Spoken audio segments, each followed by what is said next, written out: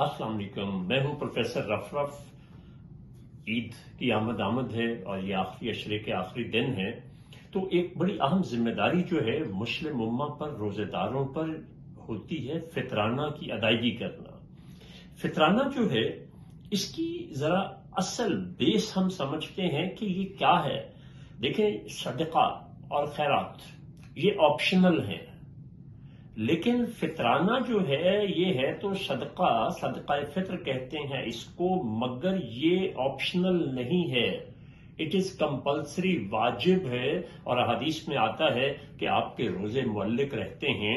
तो ये पैगाम देने का खास मकसद जो समझना चाहिए कि इस्लाम जो है वो एक निज़ाम की बात करता है, चंद रिचुअल्स और इबादत की बात नहीं करता जिसको हम इबादत समझते हैं।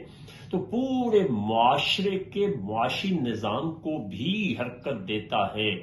तो फितराने की अदायगी जो करोड़ों नहीं अरबों रुपए बनती है, उससे क्या होता है कि मुल्क की मईशियत का जहां पहिया चलता है, और उसकी बुनियादी वजह फितराने की बड़े पैमाने पर अदायगी है कि एक बच्चा अगर रात को पैदा हुआ है तो उसका फितराना भी हमें अदा करना है।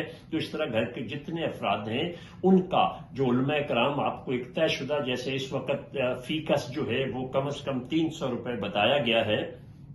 तो इस चीज को क्या होता है, माशरे में वो लोग जो किसी किस्म की ईद के लिए कोई तैयारी नहीं कर सकते, उनको कम से कम फितराने की शक्ल में 2, 3, 4 हजार रुपए की रकम जो है वो ईद के दिन को ईद बना देती है। तो इसलिए फितराने की अदायगी करके अपनी जिम्मेदारी पूरी कीजिए।